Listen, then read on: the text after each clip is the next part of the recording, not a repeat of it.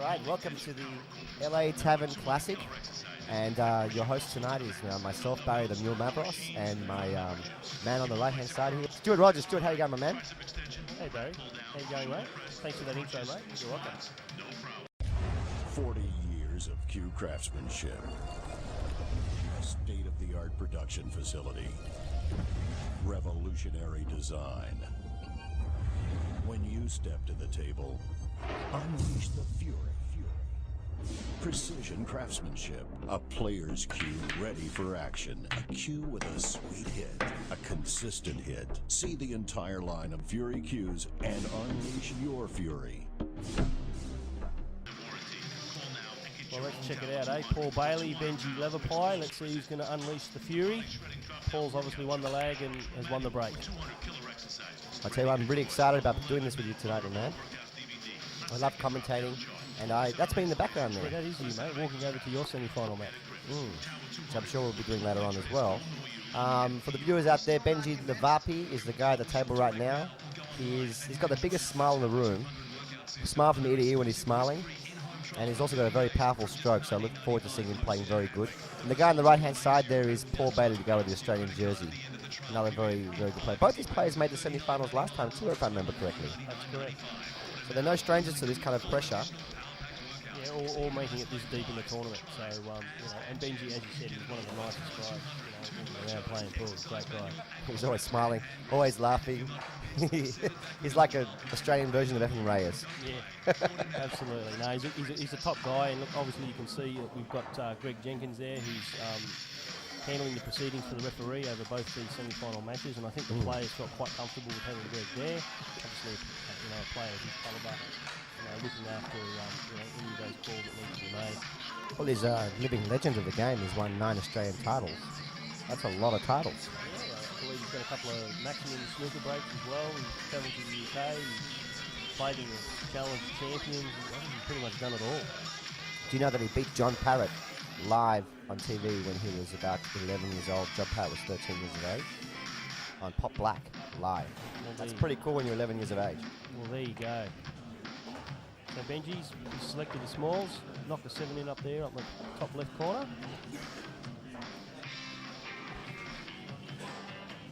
And now he's just taking his time, mapping out how he wants to run these balls. I like the fact he chose the small balls. But I'm not too sure. I think he's going to cut it in the middle now with this one.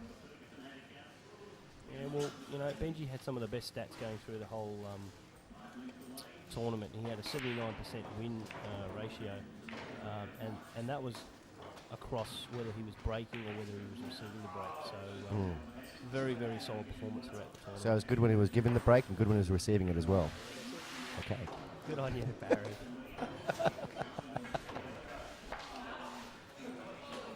You can tell, obviously, it was a pretty hot day. We sort of relaxed the dress regs because we knew what the weather forecast was going to be, so we let everyone wear shorts. And yeah, it was a stifling hot day. So it was really about. Was it the 30s? I was sweating like I was in a steam room or something. It was so sweaty, but it was good though. I like it. Yeah, I think it was really a test of the players being able to deal with the conditions, and that's what got them through to this point in the tournament. But yeah, look, most of the players dealt with it, and as I said, as organisers, I guess there's only so much we can do in regards to the conditions. But we made sure we had the Simonis cloth on the table. We made sure that they had the Pro Cup balls. The tables were brushed and leveled before the semis. People knew that these guys are remotely organised with what they're doing. Well, I tell you, I really enjoyed the conditions. The tables played; they were all level. I didn't experience one roll at all, and the balls were all clean. And the cloth, and the weather being warm as well, it was very good conditions. Really quick tables, and I like that.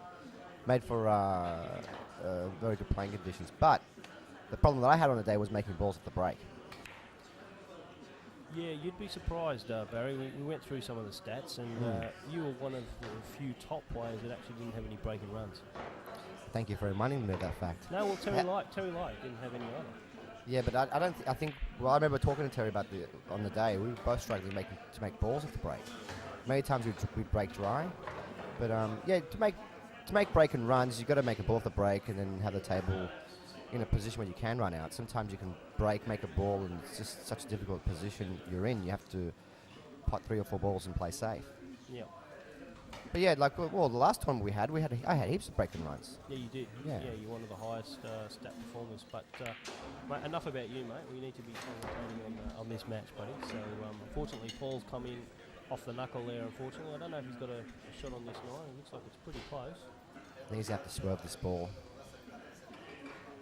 And even if he swerves the ball and makes a 9, there's no guarantees he's going to be able to get on the black ball. Oh no, he's on the ball. He's on it. Oh, that's sick. Bit of an unlucky kiss there. As the Adelaidean people say, that's stiff. That's could have gone a lot better for him there. Here we are, Benji walking up to the table. Pretty much no real problems there, especially with. Well, I like taking either the pink or the blue first here because it's your 2 problem balls. They're stuck together. You want to release one, use your ball in hand, take that ball away, and then all of a sudden everything's on. Yeah, I think you'll work in a pattern as well. I think you'll work up the top of the table and make his way down. Obviously, 3 and the 5 will be the last 2 balls he'll probably go for. Or even the 6 ball would be the finishing ball. One thing I love about Benny's style of play, he's very Filipino. Look at how he moves his cue around. He looks like Bustamante. He is Filipino, isn't he? Well, he is Filipino, yes, but his technique is also Filipino. Filipinos are known for having a very loose grip, a very fluid, powerful motion. And he's also a very strong guy. He's got a lot of cue power there because of his stroke and his muscles. Well, he's taken the 6, so that wasn't the finishing ball, though. Well, that's how he's finishing, and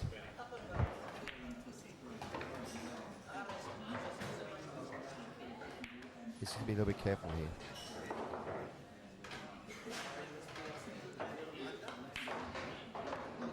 He's played that reasonably well. Give himself a bit of an angle, come off the side rail, knock the black in the centre pocket. You can see those window panels really came up well for him. Yeah, that's a good thing. You've got advertising on them as well now. Yeah, absolutely. Yeah, we've got some of our sponsors in there, and I think the players really appreciated the fact that because we're playing these tournaments during the day, we're cutting out all that glare, and they gives an opportunity for anyone who's out there who wants to advertise their products or can. You're going to get on CueWorld TV. Also, if you guys, because you guys had those things blocking the windows, if you hadn't had them on that day, it would have been 10 degrees hot in that room. Yeah, actually, Jono actually mentioned that he thought that maybe it was a bit cooler in the day, given the fact that we were cutting out some of the glare and heat. So Benji Levapie's broken dry here. Opportunity to see Paul Bailey come to the table again. Yeah, I think Paul is certainly capable. In my opinion, Paul Bailey is one of the top 4 players that were in the room that day. And last time we had as well, I really thought that he was going to win it because last time we played him, I was watching him play, he was playing superb 8-ball. He's got a very good pattern play and he's got a really nice set rhythm. Doesn't go out of his comfort zone. He's got a really good wide range of shots. And when he has to, he plays extremely good safety. I think he's running the ball around the table right now. He's doing just doesn't do too much with it, but he plays good position. Good players, Stuart, good players make it look really easy when they're playing. Yeah, they do. It's all about their knowledge of where the cue ball's going to go, knowing the angles. And I think sometimes it's just about keeping it simple. So this one we've got for 1 up here. He's really close to that 1 ball. But he's right-handed, he can reach over. This is all right. So I was looking at that thinking, this is a tricky shot. Oh, he's right-handed, it's okay.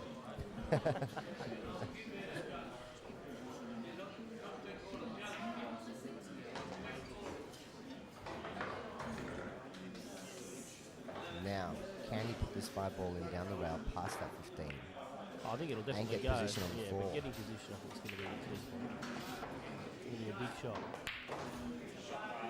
He's done reasonably well, but unfortunately he's fallen a bit short on that 4. He played that shot with stun right, but he didn't play it hard enough.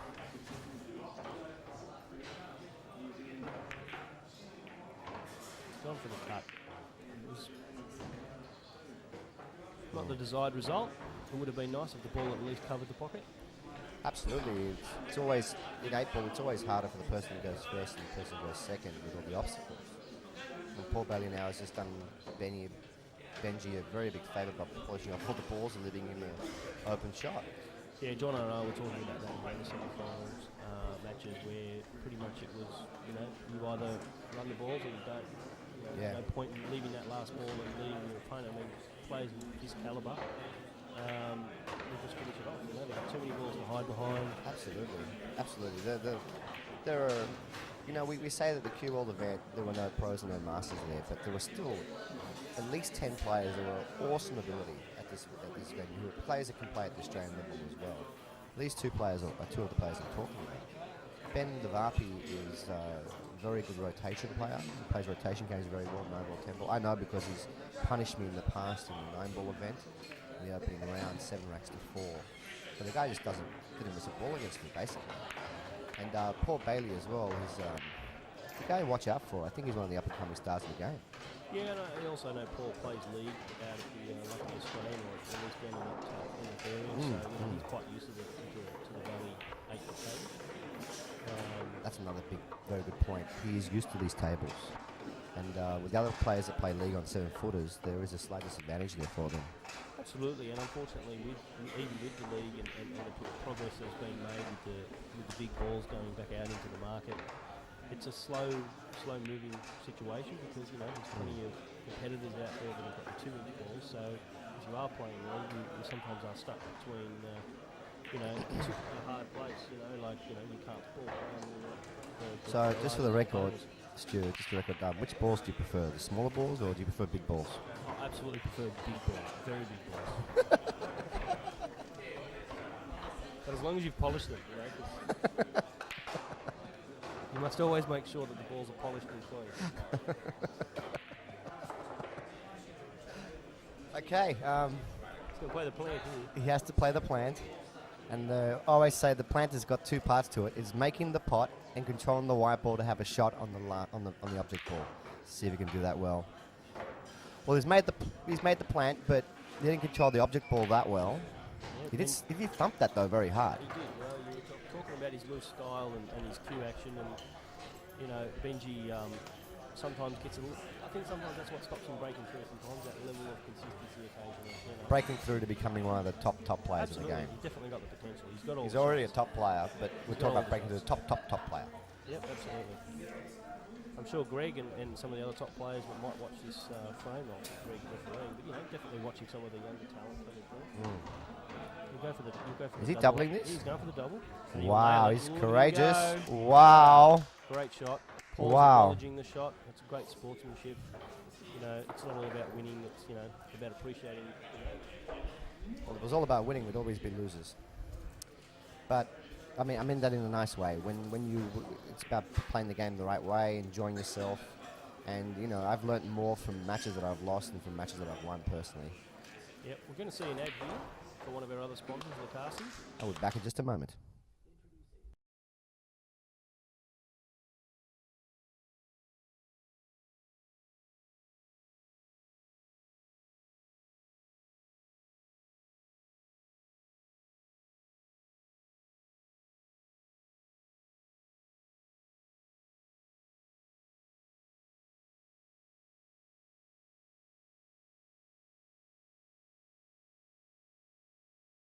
Actually, I have an interesting stat about Paul Bailey's break. Didn't he win the last break competition? Yeah, he did. He won the. We had some side events, and actually Levapie was one of our sponsors for the side events. We did the jump shot challenge, we did the biggest break, speed break, and Paul Bailey was actually the winner of the biggest break at the last one. How many balls did he make off the break in one break? 7. 7 balls in one break. It's massive. That's huge. Absolutely. Can you believe it? He broke dry, then he got 2, and then he finished off in 7. Wow. So shame we didn't capture that one on film. But What's happening here? Oh, there he is. Benji's just sitting out of camera. We can see him. yeah, he's probably assessing the table. He's opted to go with the small balls. One ball in the middle. He was giving it a fair whack. I think his body that still on that shot. He's laughing about it. He knows he's made a mistake. That's that beautiful smile I've been talking about. Benny, you're beautiful, mate. If only I was a woman and you were a man. I mean, hang on. Let's just get back to the game. Yeah, absolutely, mate. Yeah. Edit that out, please, Kimmo. Well, Paul Bailey now is going to take the small balls. Oh, no, He's he's not. missed it as well. No, he's not. I've got to mention that a lot of these errors that come to the game do come up because there's a lot of pressure, especially in semi-finals time. When you get so close, you've been playing a whole weekend, and you're so close to the finishing line. You know, that's where I think a lot of maturity and experience comes into play with the top players in the country. We're talking about guys like Bud and Noonan and all the top pros, Reljic. They've been there so many times in finals, and they know what they need to do to be there. And sometimes I feel like these guys can play all the same shots that the other top professionals can as well. But it just comes down to the 1 or 2 shots during a match that can win or lose your tournament. Yeah, I think it also comes down to the opportunity as well. If you don't get an opportunity, we've seen great players just break and run. And actually, one of the interesting stats I mentioned in the previous commentary was that both yourself and Terry had very, very high win percentage on the break. You actually had the highest win percentage on the break in the entire tournament of 94%. Wow. So don't break against me, fellas. Yeah, well, basically, guys, don't play Barry in a race to anything if it's winner breaks. Oh, that's actually a good point. That's why I like to play winner breaks. Especially, I like winner breaks. But I like 8-ball. I prefer 8-ball to have alternate break. Like, I like this format you guys chose for this event. Well, I think because we're trying to get a good range of people, we're trying to be the breeding ground for all the players to come through. Go to those NSWPBA events. Obviously, the NSWPBA support we sponsor a couple of side events, and which is really good. It's great to work hand in hand with those guys. We also work. They're a good bunch of blokes. Yeah, they are. And Fleur. Who's not a bloke, but she's a mate. Hi, Fleur. Big shout out to Fleur Williamson. Hey. She's a good girl, Fleur. She does a lot of work, and the players should always acknowledge that and be respectful of everybody in the NSWP. They do all of that for free, guys. But I know firsthand that I used to do it a lot of the work there because I like the people. And I've spoken about this with Fleur before. Both of us like the people in the community. We have a really good community of about 300 players in New South Wales where we all know each other, we're all mates, and we all love one thing. We have one big thing in common. We all love pool. And to have tournaments where people can play against each other and come together once a month or once every 2 months, it's great. You're not going to find that many places in the world, by the way. No. I think the league's a great opportunity for young players. The league's very important to keeping the rolling stock, I guess, of all the players coming through. The league's where I started out 6 years ago. And how many trips to Vegas have you won? I've won 2. And how many finals have you been in? 4. I've been in 5, 1 1. I've been bridesmaid 4 times, mate. It sucks when you're bridesmaid. We were bridesmaid. Actually, no, we haven't been in 4. Oh, we lost 1 by half a point, which is pretty sick when you give away such massive starts. But that's the league. The league's great because everyone gets to have a go. And because of the handicap system, it's pretty fair for most teams to get through. Yeah, and I think you need that. I understand the league's moving to Valleys. You planning on going to Vegas? May 2011, mate. I can't wait. You are going? Yeah, I'm going to see all my friends there as well because I'm leaving next month, so get to see all my friends in Vegas in 4 months' time, 5 months' time. Wow. And we're going to have a really strong intermediate team down there next year. Right. Yeah, Jono said he's going to be going. Jono, myself, Terry Lai, we're the 3 that are for sure. Hoping Jeffrey Yu comes through as well. And Ruffles going to play on our team as well, so David Ruffles is a machine. So, David, it seems like you've been committed to the path, mate, so better not pike out at the last minute. Oh, we'll bribe him with a bit of scotch and coke, right, David? Well, right now, we're talking here, but poor Bailey's thinking, what am I going to do here? I've got 2 balls on the rail. Is he going to play one of his famous safety shots? He is. I know he's... Tried to nick him and push him out. Gee, he hasn't had much... He's had some difficult opportunities, hasn't he? Yeah, I think Paul certainly hasn't had the run of balls. But he's played a nice shot there, digging over, and he's just kissed that 12 ball on. Got himself a little bit of position there. He's really got to figure out a way. I think those 2 balls might plant in the corner, though, past the 4. I think they might, but I still think that's 15 sitting on the rail. That's the Definitely problem. not going past the black, so... Maybe you should think of a good safety shot. Yeah. Absolutely. Play this and then run up behind the 9. Yeah, I was just thinking the same thing. Or he might try and disturb the 15 right now. He's got a nice angle to do that. He does. But it's a very aggressive shot. You're 2-0 down. He's done very I like well. that. I like that. He's done extremely well, and unfortunately, he's probably got a bit of a bad lead, a bit of a rough lead there. But I said I liked it. I mean, I like how he took the aggressive option there, but he's got... You're right, he didn't get a very good lead here. Yeah, but unfortunately, Barry, you know, that's the difference between winning and losing. He could have played a safety and tackle. Would have been a better position. Yeah, maybe if he got a good safety there and got a ball in hand. Still would have had the 15 ball there, though. Still have to do something else with it. Yeah, but it forces Benji to come out with a big shot. That's all I'm saying. See, look, Oh, all of a sudden, he was very close to pulling it all out, and unfortunately, he's hit the both the knuckles, hit the jaw, ball's popped out. It's given Benji pretty much not an easy shot. yeah, but I back Benji on shots like this. It's funny, but Benji's really good, really good at pulling off big shots. That goes again to how much Q power and how he swings the Q like that. He's very good at pulling off a big shot. He's very relaxed too, isn't he? I think that's his personality. And those sandals he's wearing are really cool too. The loafers. Loafers. Oh, Okay, well, he's worked out. He's had a pretty good lead there. He's left a really fine cut on that 15 back into the side pocket for Paul.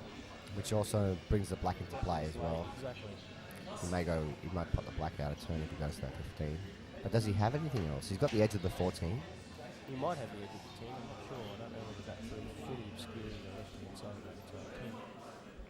Maybe he'll kick at it. I think you're right. I think he'll go for the 14.